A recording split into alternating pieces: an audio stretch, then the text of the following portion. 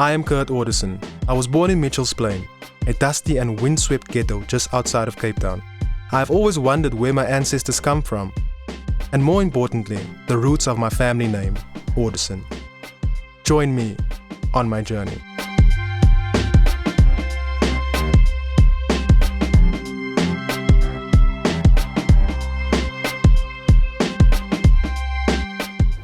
This is Mnandi Beach. Under apartheid rule, it was the only seaside designated for blacks.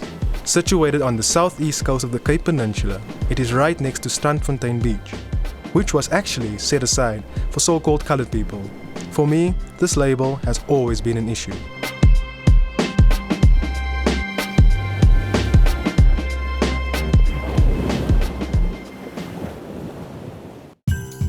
My mom, Joan, like thousands of other mothers on the Cape Flats, works in a clothing factory. She has taught me the essence of life and the importance of family. And then there's my dad, Winston, who taught me how to be a man. I have been blessed with 4 beautiful sisters: Deirdre, Crystal, Sam, and Helen.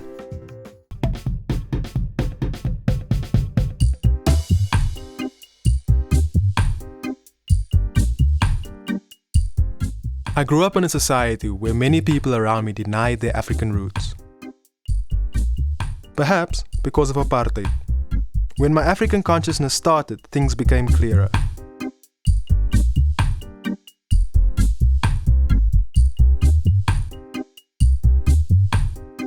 Through the inspiration of Rastafari, I realized that I am an African, and I recognize Africa's contribution to civilization.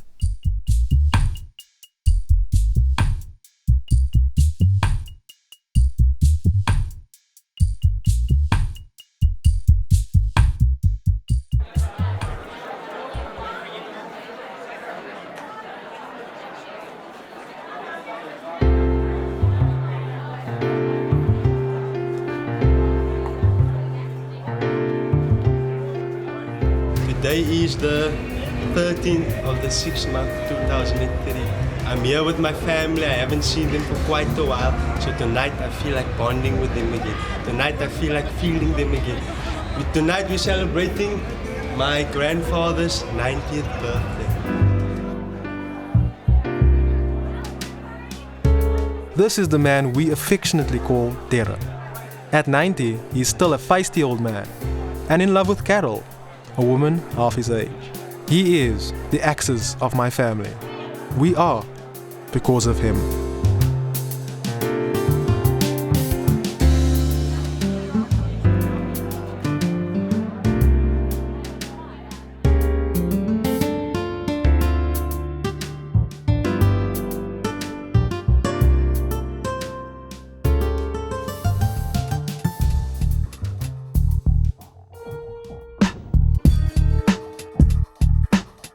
Mitchell's Plain, situated approximately 20 kilometers from the heart of Cape Town, built in the 1970s by the architects of apartheid. It's on this bleak flatland called the Cape Flats, where people of color were moved to in the 1970s, as far away from the city as possible.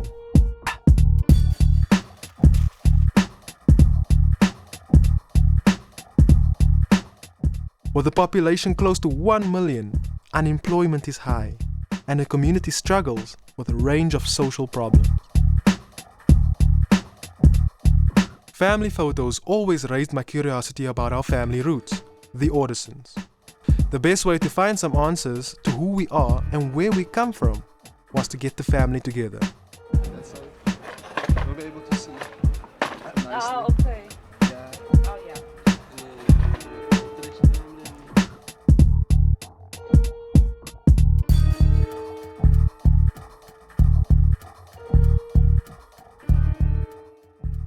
I decided to get everyone together to find some answers or raise the issue of who we are and where we come from. Everyone got together at the home of Auntie Abby, one of my father's younger sisters. Talking about the life of my grandfather. I never knew him. I asked my father, who is my grandfather? Then he told me, young man van die skip gaan spring. Have you got a photo of him? I would like to see his face. No, that time they didn't have a lot of cameras. Tera told me he jumped the ship. There's a farm. West Indies. But his name He's is a also West Indies. Yes. Oh, we jumped ship. James say Joseph, it. that's his name, eh? Yes. All he always used to say was that he was a very strict guy. I mean, my father had no freedom whatsoever. And that's why he said he'll never hit his children or lift his hands for his children because his father was too strict and he used to get a lot of hiding. I suppose because he was naughty as well. I don't know which island he actually came from. Tera, which island did your father come from? Barbados? Where? Barbados, I believe, something like that, yes. He's also a chap that jumped the boat But didn't you look in the archives? and brought me in a big world. Yeah. Like our dad never told us too much, like. So if he, like you guys went into detail with us. I always said my grandfather was from West Indies because that's what my father said. So it means he's a black man. And I mean, I can't argue about it. If you look at me, I can't argue about it. Hendrik Verwoerd passed the Group Areas Act of 1950, which forced different races to live apart. People of color were forced to move from areas declared white. It separated friends and even family. Some of your friends were saying Cold Street Muslim. My friends, they- white friends, friends. And he go to bioscope, same buy your bioscope. Then he go sit downstairs, and I had to go sit upstairs. Same bodies, like. Same buddies, After the bicycle bodies. eating their Star Sweets and their Wilson blocks. Oh, that was famous sweets. But certain years, 1 year, everything was just parted, separated. We never knew. Same bodies we grew up like. They just spotted, I believe, one that play white. If you were light complexion, you could go as white, and the others is just. So we all moved to Bontiwa, like we were all put out, like, and the rest stayed there. But we couldn't understand what's happening. Like afterwards, you hear that I think that was for Wood's time. So we just believe, yeah, if you light complexion, you can apply for white, and dark complexion, you just got to go to the townships, like.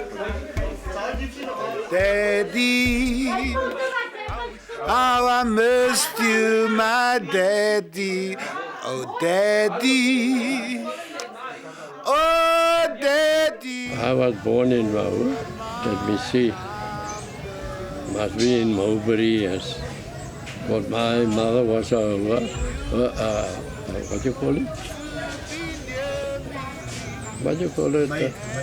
No. My mother was a what? Muslim. She was a Muslim. And her two sisters of mine, we were Muslims. I was given away, you see, to the man that make me born. Oh, daddy. Oh, how I love you. Oh, daddy. Oh, I miss you. Oh, daddy. Oh, daddy. You're my number one. Thank you.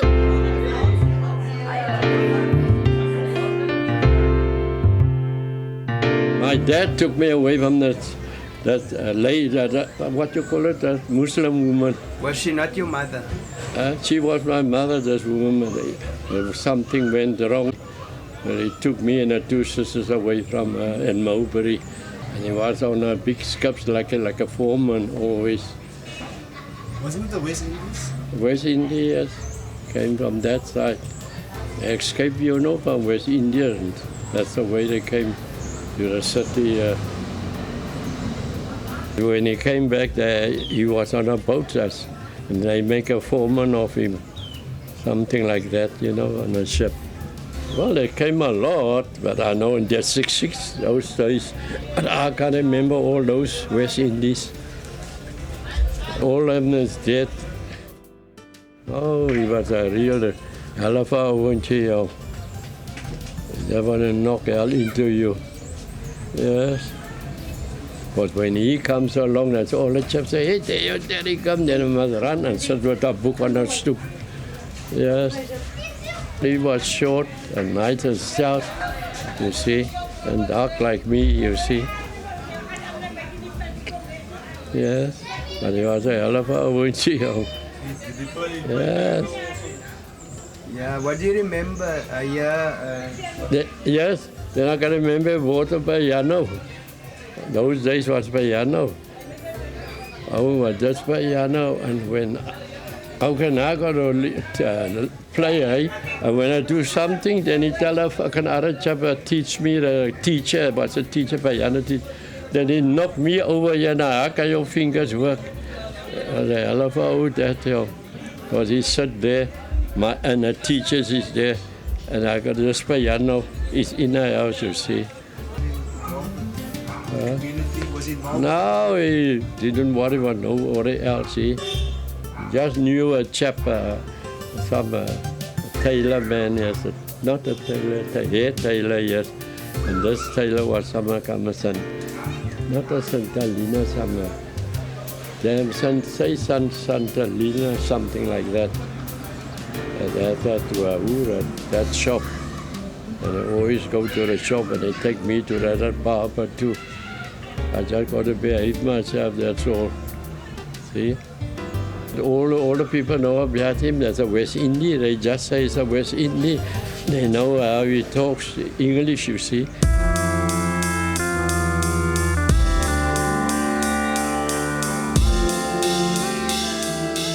All sort of started when you hear the stories as a child. Oh, you know, that person came from the sea, he came far away. And you always wonder, now, is it true or they're just making it up? Throughout, possibly not only in Cape Town, but I think all over the world, there's the mythology around your grandparents or your great-grandparents, that they came from somewhere.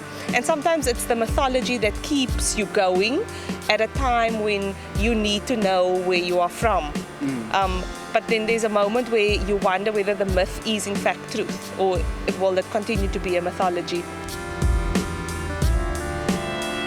I left South Africa in 2002 to live in Sri Lanka, and I came back, and I remember I saw an article in the newspaper about this girl who was doing this, and it was my last day back to Sri Lanka, and I called Kurt. I'm like, I saw this article about this research, and she's doing it about this family and descendants of families West of Indian community. West Indian, and I was like, can it be true? So it's not a myth actually.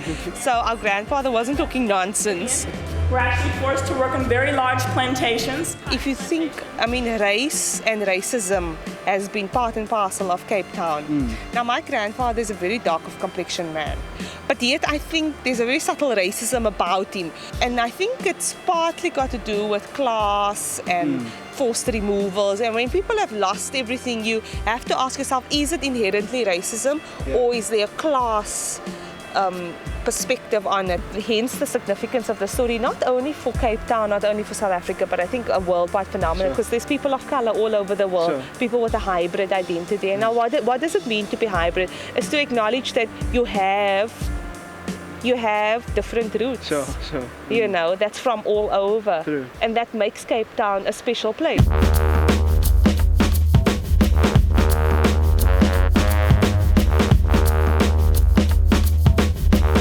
The researcher Misha Charles from the United States addressed the reunion of Caribbean and African American descendants at the District 6 Museum. As I walked into the museum, I realized that we are not the only people of Caribbean descent. It was a fitting place to have such a gathering. All the people in this room had a connection to District 6, the place they were forcibly removed from 4 decades ago. For people who I have not met, my name is Misha Charles. I was wondering how many people are actually going to show up, and everyone has showed up, and I'm so happy. Thank you all so much. I think what we're going to do today is I'm going to start out doing a little presentation on my research that I've been doing at UCT. And I've actually been talking to a lot of people, and people have been telling me that they've also brought their own photos and stories about their usually fathers and grandfathers who come from the West Indies. So I'm thinking that my little presentation will sort of be the background, and then everyone else can sort of fill in with the stories that they have of their own. I'm actually looking at African Americans and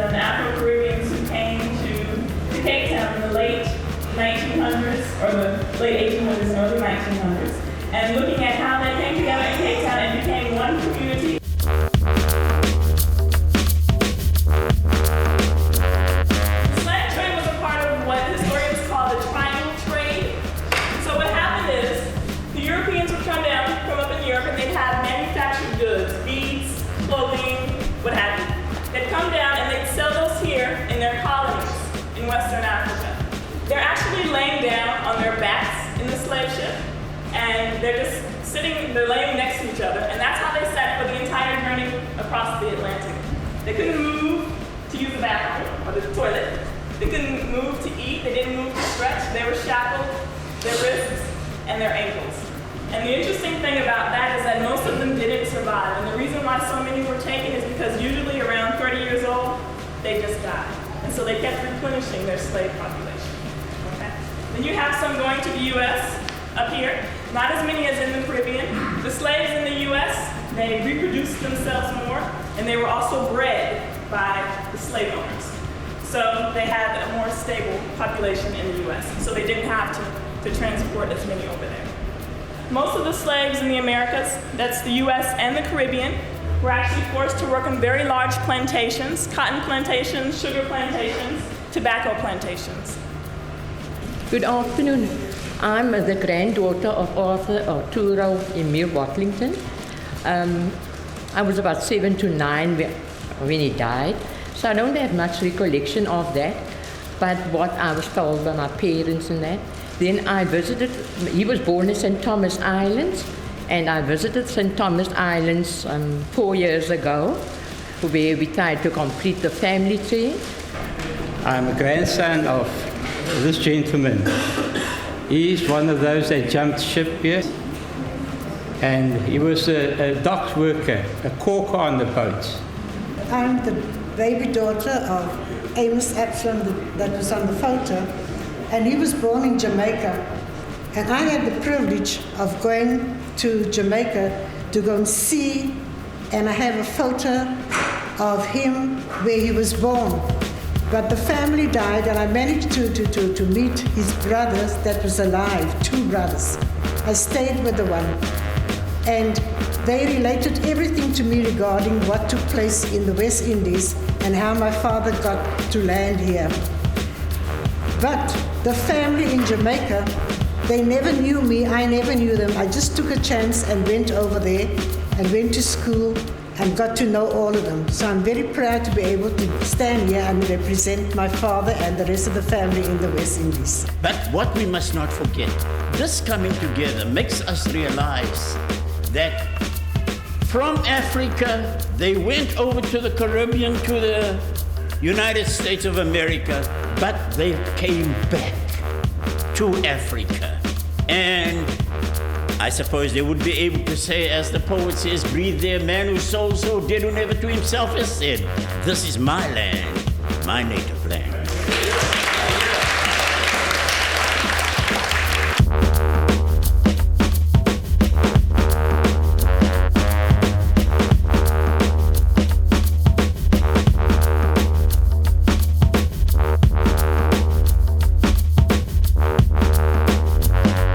The apartheid government, with their bulldozers, started to flatten District 6 in the 1960s. They used force to remove all 60,000 residents after declaring it a whites-only area. This poor but vibrant community was crushed and scattered all over the plains of the Cape Flats, several kilometers away, far from work and their friends. Yeah, born and raised under the mountain, Table Mountain, and where our house was here. You know, here's the mosque here, the mosque was here, and we looked up the street, we looked into the mosque because it's a double-story building, and it faced the mountain. So every morning when we wake up, we look at Table Mountain. That was, you know, we had everything that we wanted. Here, where we grew up, you know. And then this was the first building that they demolished in District 6.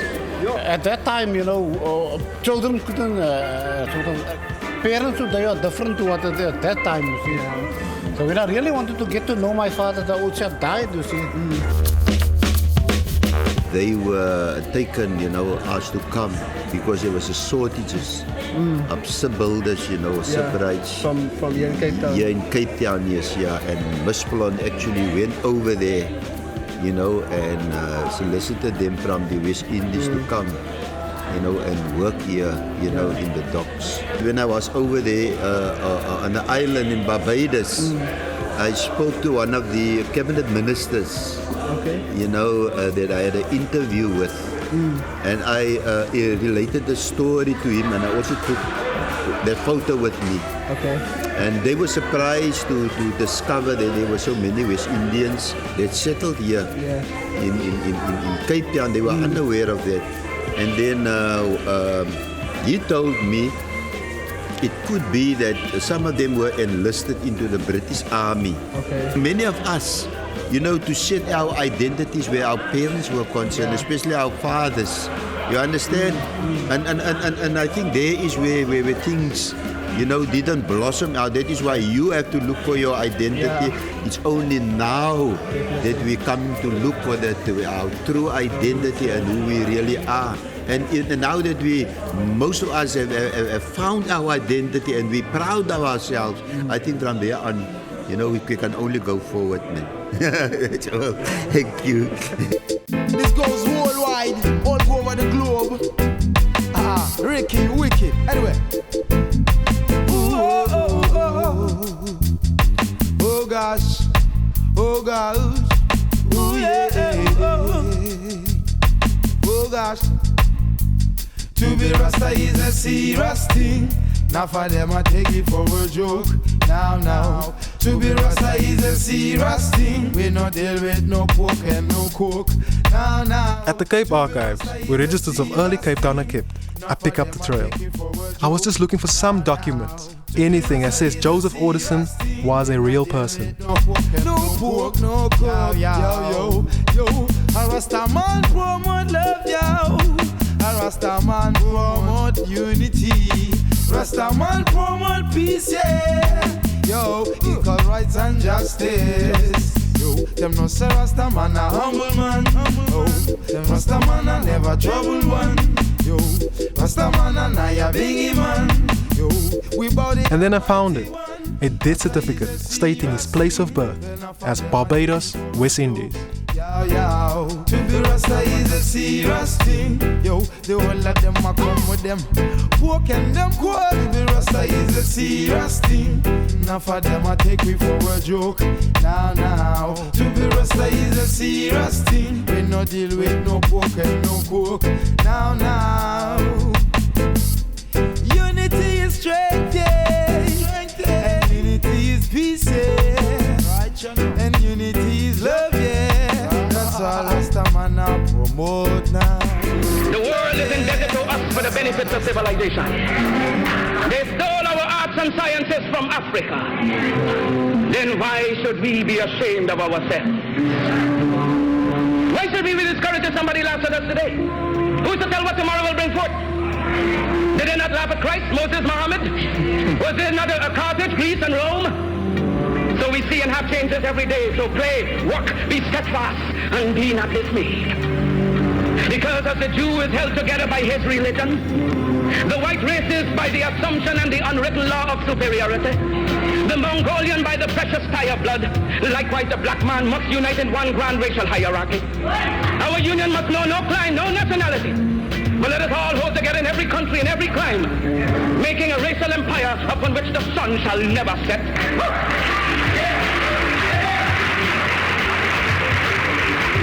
Let no voice but your own speak to you from the depths.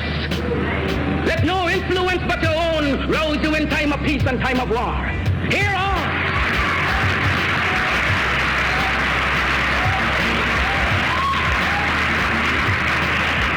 Let no one inoculate you with evil doctrines to suit his own convenience. Charity begins at home. So first to thyself be true, and thou canst not then be false to no man. Because God and nature first made us what we are. And out of our own creative genius we make ourselves what we want to be. Follow always that great law. But in your homes and everywhere possible, you must teach the higher development of science to your children. And make sure that we have a race of scientists par excellence. For in religion and science lies our only hope to withstand the evil designs of modern materialism. Never forget your God. We live, work, and pray for a binding racial hierarchy, whose only natural, spiritual, and political limits shall be God and Africa at home and abroad. With God's dearest blessings, I leave you for a while. One love.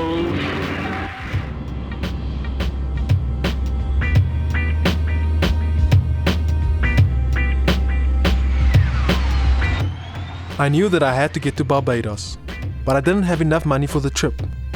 I was fortunate enough to get a job in the US. I saw this as a one-stop on my journey to Barbados. It became an enriching experience, which made me more determined to reach Barbados. In Baltimore, I found a job teaching young people at a youth summer camp.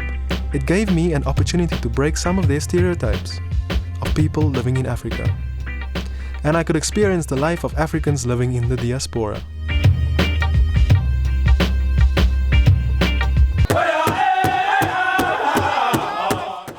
At a powwow celebrated by Native Americans in Baltimore, the beating of the drums reminded me that all indigenous people are connected in one spirit. I felt an instant connection. Perhaps it's because of my Khoisan ancestry.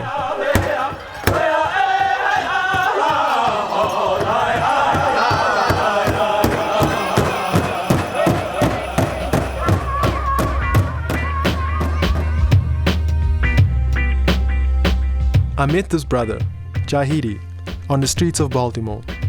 Talking to him, I realized that their social problems are so similar to ours back home. Baltimore is famous because it was a port where a lot of slaves came in, you know what I mean? The harbor was important, and it was important to distribute stuff throughout America, Annapolis as well, you know? A lot of slaves came in through these ports and was put throughout America, so that legacy is with them, you know? Harriet Tubman.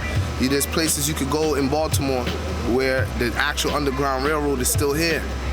And so it's a poor place, you know what I mean? And right now, the addiction, the drugs is what keep people just stuck. That's all you need, If you can get your city destroyed or get the drugs into the thing, you're gonna have drug problems, reproduction problems, health problems, you know what I mean, job problems, social problems, you know what I mean? Like, I just wish that people would just be real with us, because the reality is the economy at no point has it been enough to sustain all the people.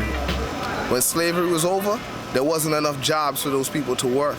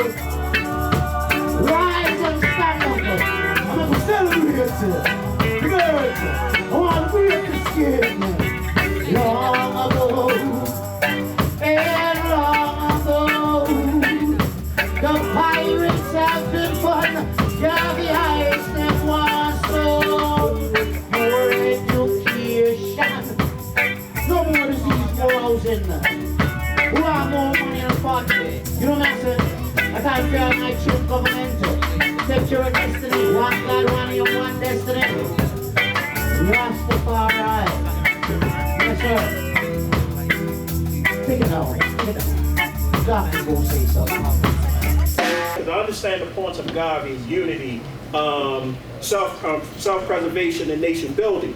But first, how do we address the psychological aspect of our people? How do we awaken our people from the psychological death that we are now finding ourselves in? The only way you can subjugate a people is then if you subjugate their minds. And that has been done very skillfully in terms of misinformation and downright lies and the changing of history. And the Universal Negro Improvement Association means the unity of African people all over the world. And again, if you read Marcus Garvey, you'll see what he said, for example, about capitalism. He said there's nothing, quote, wrong with capital, okay? Because we're no longer in an agricultural society.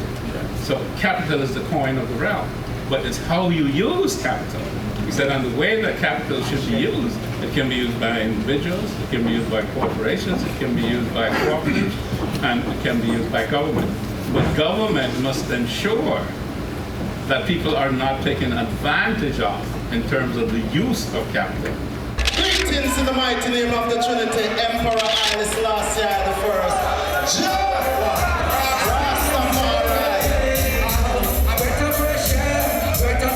Greetings in the name of His Imperial Majesty, Emperor Haile Selassie I at the best minute.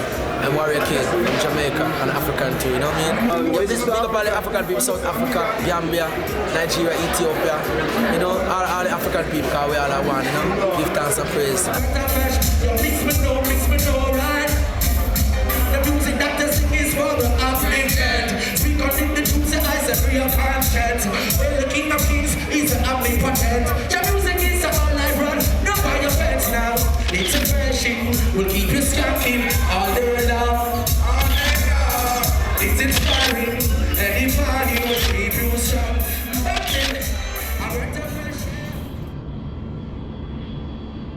At the end of the summer camp, it was time to say goodbye. I also had enough money to continue my journey.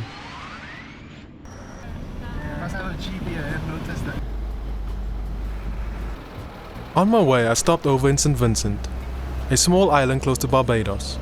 A good friend, Sister Fanny, took me around, giving me insight into the history of the island. St. Vincent's got a strong spirit, the people. The people have got an energy that is really like African people. When I think of St. Vincent, I think of the mountains and the topography and the nature and the relationship of us with our environment and our nature. The first people were the Siboneyes, which are an indigenous Amerindian tribe that came up from South America through the string of Caribbean islands, and they passed through St. Vincent. And then we had the Arawaks after that, and they were pushed out by the Caribs, which were a more warfaring Amerindian tribe. There is some historical documentation that says that the islands were occupied by Africans in the 13th century, and they sailed in 1300 across the Atlantic. We got the idea. There was a prince from Mali. So it goes, the research that's been done by this guy called Ivan von Sertima in a book called They Came Before Columbus. They never came back to Mali, and about 2 years later he himself, with another fleet of ships, set off sail, and they found themselves in the Grenadines, in the Grenadine Islands. Wow. And we found artifacts from that period of history, Malian artifacts in the Grenadines. Although the British colonizers wrote history in such a way as to say, well, they discovered the islands of the Caribbean, the West Indies. There were in fact black people here before them, and that they met black people here, and they were the Garifuna who, together with the Caribs, fought the British and French for 200 years. Wow. And this is why in St. Vincent the colonization process never really took a deep hold. And the terrain was much more difficult because of the mountains. The Garifuna people were able to hide and fight and outmaneuver the British and the French over that period of time. It's fascinating. What happened to the Garifuna in the end, though, was that they were exiled. The Carib chief Chatoyer, who is our national hero, was shot in an unfair duel with a British admiral, and they rounded up his people and put them on two islands that are off the coast here and left them there, and then eventually put them onto a rudderless boat and let them drift. I know Jah will show us the way, because we are kneel and pray. I did not make any formal arrangements for accommodation or set up any interviews. I wanted the Most High to give me spiritual guidance and to connect the missing pieces of the puzzle.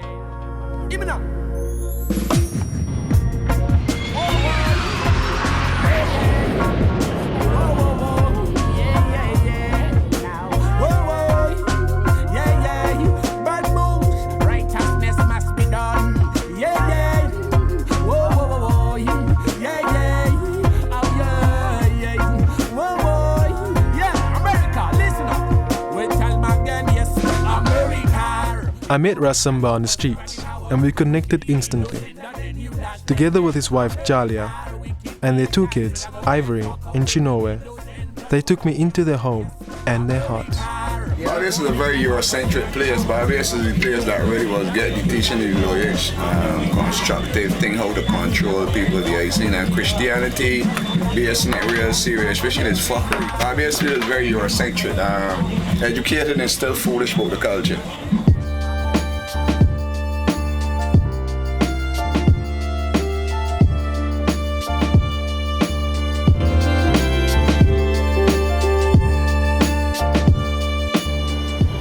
Barbados was an island settled in the 1620s as part of the expansion of the British colonial empire in those days. And it very rapidly became one of the richest colonies in the British Empire, the kind of jewel in the crown of the British Empire.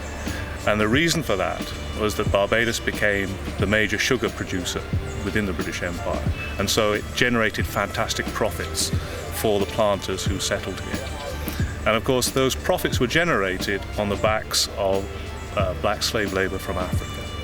During the 19th century, there is a shift in the international economy with the emergence of steamships from the 1840s onwards.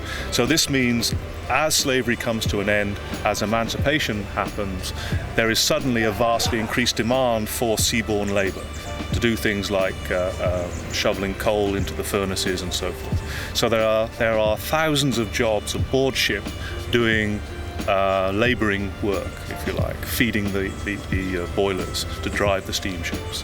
Seafaring is an absolutely critical area of employment for black men in the 19th century.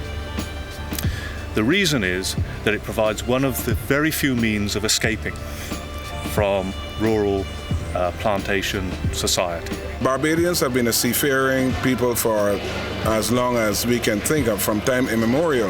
And once it was a British ship, you would find Barbadians working on them because the country offered very few and very limited areas for gainful occupation.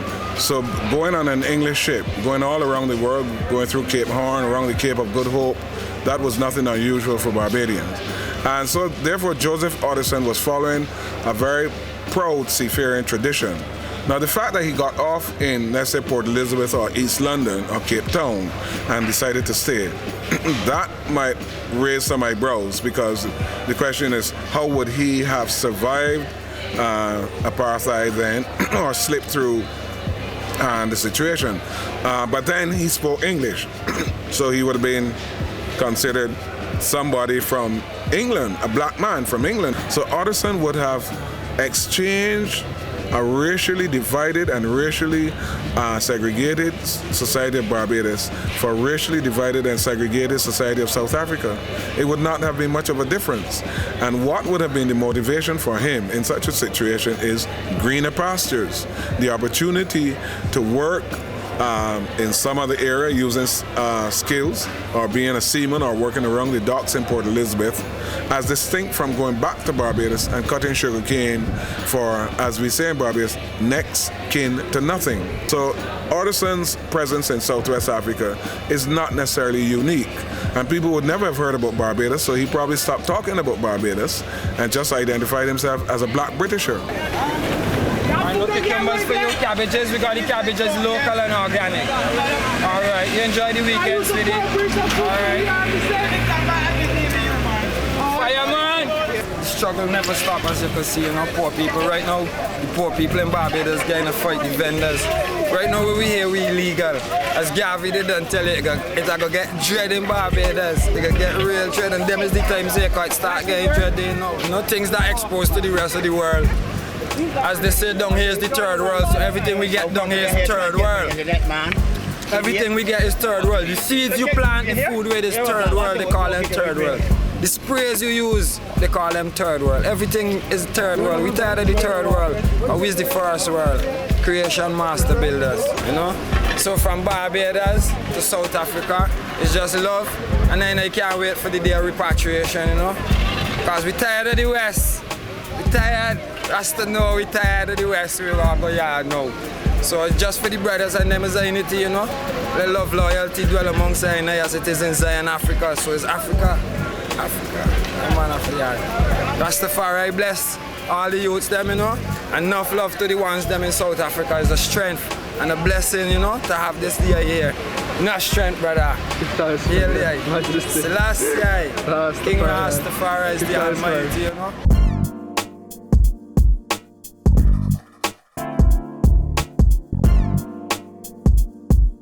I met with some of the local elders to try and get a sense of their views of Africa. Well, basically when I came along, I heard that we all from Africa. People, you know, that the first thing we say that, man, we are all Africans and whatever. But West Indies, I don't know much about West Indies leaving going to Africa. Mostly West Indies that live Barbados and usually go to the US. Go to Cuba. London. The first they went to London. And the earliest stage of fight was say a lot of them went to Panama, Guyana, Cuba. Canal, where it work. And then they got the London transport, which would have been then when the wreck this you would have been. I'm right serious here now. When you think about Africa, when you hear the word Africa, tell me what comes to your mind. I ask you every day, tell these people in Africa. Maybe. You don't know the people there. Okay, we having a serious thing here, man. What is it about that? That's for you, you should be here. I ask a reasonable question. The question is not a reasonable question. In Africa. Cannibals is what cannibals. Well, you know ask about England. I asked the man in Africa. And when I get back cannibalism. No, you don't get what he annoyed me. Cannibalism first started in Europe. Started in Europe? Yeah. Yes. Well, I know about that. I hear it started in Africa. Yeah, man, you hear what you want to hear. You want to hear. That's why you hear that you eat people in Africa. So I ask you a simple question. Did they still eat people in Africa? So you wouldn't say you're African? Huh? You would say you're African? No, I could never say African. No, he's a war. The average black Barbadian will tell you that he's not an African. He's a Barbadian. He fails to make the distinction between nationality and race. As you know, Barbadian is a nationality, just like Ugandan or Nigerian. So you have Nigerians and Ugandans, but they're still African. You have African Americans, they're American, but they're still African. So you have African Barbadians. So the African identity is not in conflict with the Barbadian identity. Barbados is one of the places where Africans came and developed their identity. Barbados has no culture. You have to talk about African culture. Most of what we consider culture in Barbados will have to be either African from our slave colonial heritage or European from our masters. The average Barbadian does not hold to his African heritage. Then you go to England and Liverpool and you meet an African man up there and you walk and go along. And as you open your mouth, you tell you're not African. You will tell you? They will tell you that in London. They will tell you that you're not African. But you can't listen to what people are saying. No, but ancestors came from there. He is a foreign African. If my ancestors didn't come from Africa, I would go to Norway, trade. African is originated and not a nationality. This is the problem. That's why I told you it's originated, but it's not a nationality. And my nationality is Barbadian. Barbadian, right? Okay, I'm talking nationality. But your African descent, but descent is African. Who is African descent? We all. I need African descent. The Barbadian African would be a different identity to the South African African or the Ethiopian African. But there would still be certain commonalities because they're still African. We have, when we talk about culture, our culture, as I said before, goes as far, and most of the things that we do, apart from probably our clothing, which we take mostly from the Europeans, are basically African. The other thing about Barbados, of course, is the particular shades of color. when the black people are in a majority white situation, like in the United States or in England, then you find that everybody is black. Once you're not white, you're black. But when you come into a situation now where the black people are in the majority, then the process begins of identifying all the different shades. So in Barbados you have the red, which is the very light skin, then you have the brown, and then you have the black. So, and a term like red is a term that is used very loosely because it all depends on the emotional attitude. When the black people are in favor of you, they will say you're brown. A man like me, they'll even give me the name, say you're a brown man. When they want to curse you, you're red.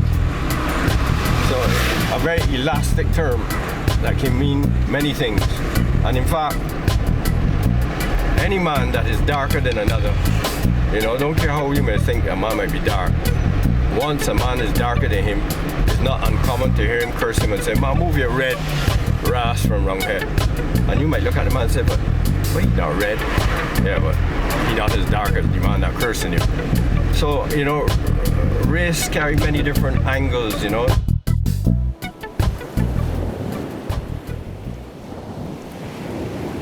Barbados is the first transshipment from Africa. Most of the slaves that scattered about through the West Indies and going back to North and South America, most of the generations passed through Barbados. And as I tell you, Louis Lynch was established here. This video used to break the slaves. Louis Lynch was a slave master that showed the people how to program the slaves to control them. Put the mothers to fight against the daughters, the fathers against the son. That even going on all over the world in the black diaspora where that is concerned. Because the most black people, you'll find all the races among in the world. Most divided people is black people. You always got conflict because people don't agree to disagree. No, they don't justify things. They always have a petty ras, soul power thing. That caused a great problem amongst the poor and the black nation.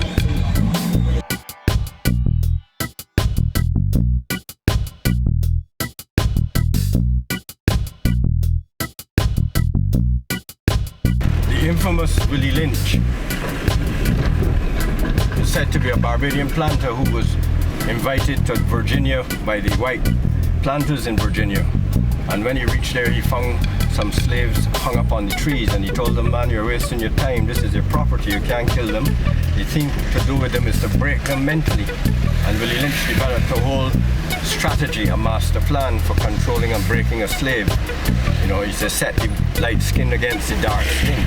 Set the men against the women, raise the girl children to be aggressive, raise the boy children to be docile, you know. He created a whole manual for the mental destruction of the black race.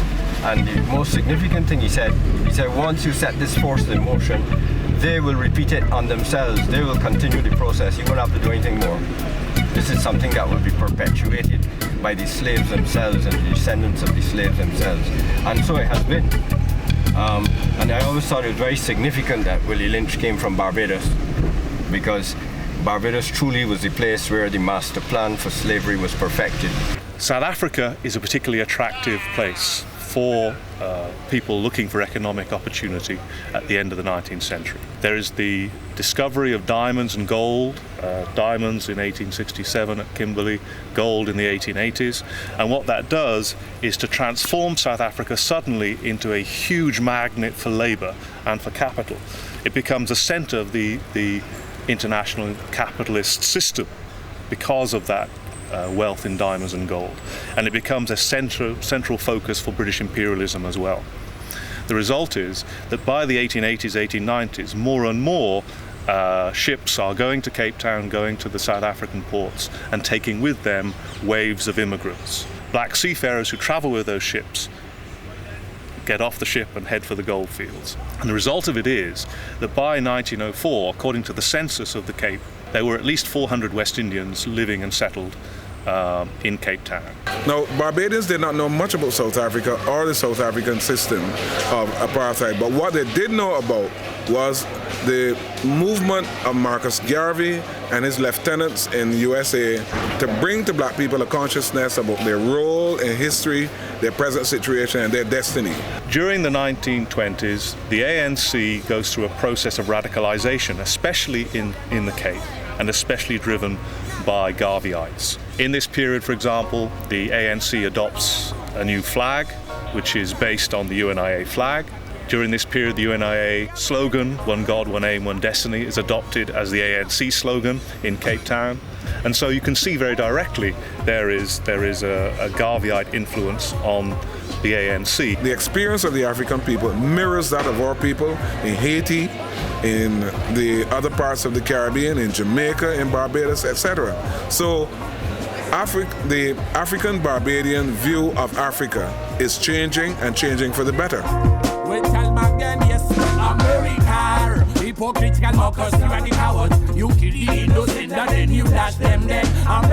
I made my way to the Department of Archives in Bridgetown, Barbados. I knew that I might find crucial information right here in this building.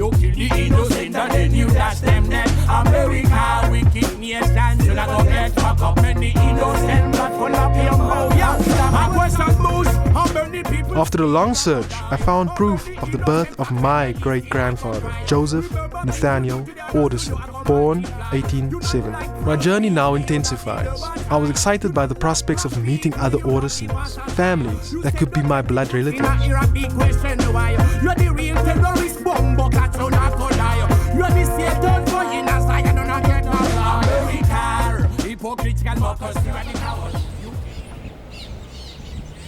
My research led me to Mr. Ali, who is a friend of an Orderson family.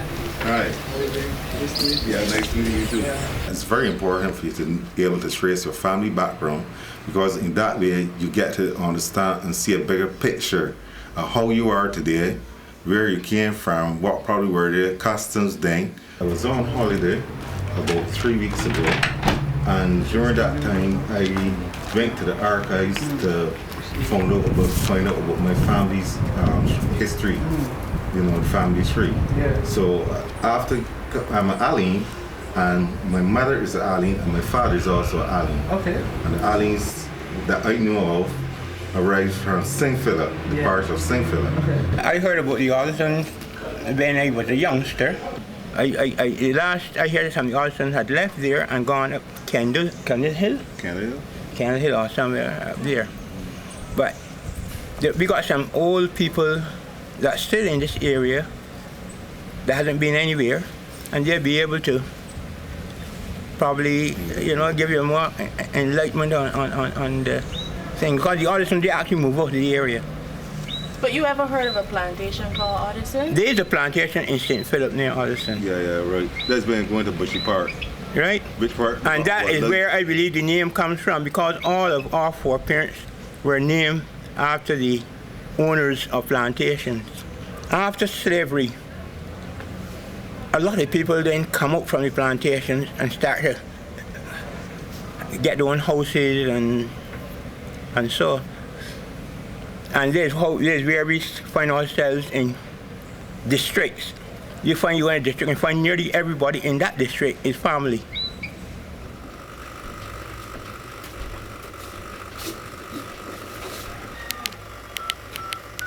Some luck. Hi, good morning. Is this the Orderson residence? Hi. Hi. Good. My name is William. Nice to meet you. Nice to meet you. Hi. Hello. How are you doing? Nice to meet you. What's your name? William Orderson. Where are you from? Rose Hill, Lorseville, Christchurch. Yeah, and what do you know about the family, the Orderson family? Well, right now there isn't very much I can tell you. But I'd be very interested to find out how the family got the name. People ask me how I got the name. You know, I just tell them I born, went to school and everything with the name, but I really don't know how it got, how the family got the name or anything like that. Okay, that's interesting. That's so long, that's years. The government archives? Yeah. I had to go there to collect something. Okay.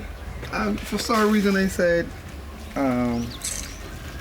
if I had time, I was inquire about the family name, and so like the only thing surprising to me that when you called yesterday, I say cheese umbrella will come across my mind. No, it was because I thought maybe you have some information, you know. I don't know much. Because I'm just calling all the Ordersons in the phone book, and just seeing, you know, if anyone has information, you know, about the Ordersons. I don't really know much about them at all. No, but thank you very much. I think it was very helpful, I think. I'll just continue, you know, looking for the other Ordersons.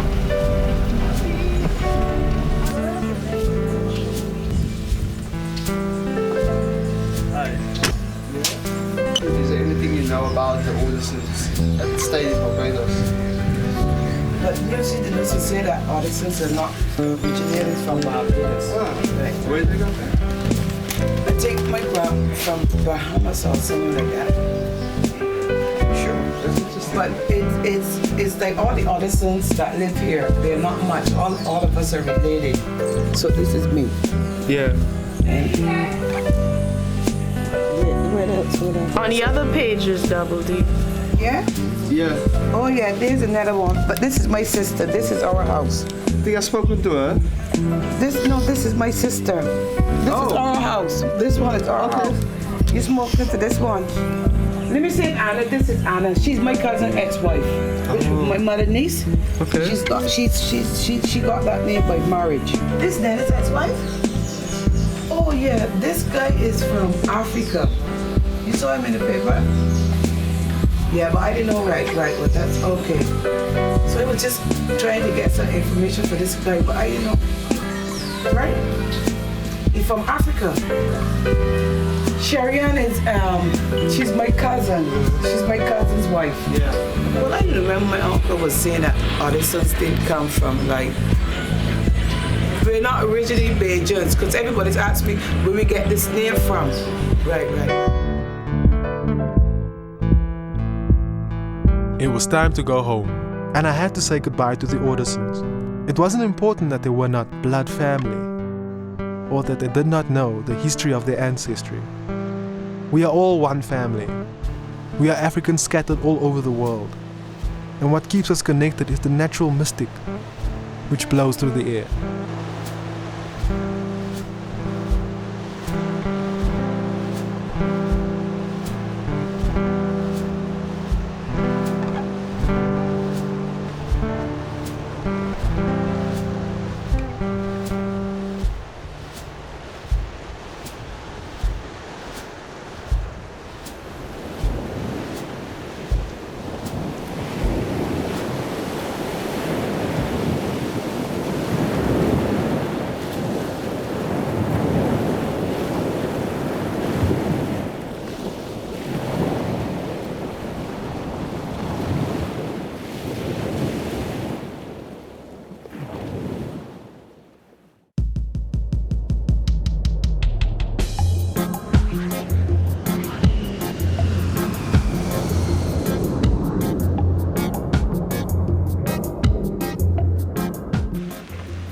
Back in Cape Town, the one person I had to see was my grandfather Dera.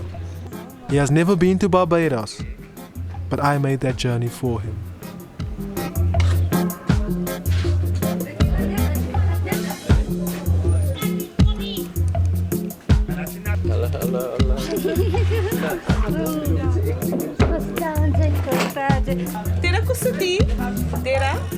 A story like this starts exposing that there's more to just seeing a person for the skin color. And I think then the significance of a story like this is to show this multi-layered hybrid identity in terms of diversity, a political consciousness, a migration, a history, a story that says that, you know, at the end of the day, you know, we're all black. Die was basically waar Dera se pa van gekom het. Barbados. So Flynn Melanie. She was shooting for us. Yeah. I met Some Ordersons they actually did in Barbados. You know? They're part of the family today. We're starting on a macro level where it's healing to me, it's healing to you, it's healing to a family, it's healing to Cape Flats, it's, you know, healed to South Africa. If we look at globally, the issue of the diaspora is taking shape. Different debates around what does it mean to be from a diaspora. Hence a story like this becomes significant for a whole different reasons. And one can go on, but I think you want to focus on the issue of being able to unpack a multifaceted identity.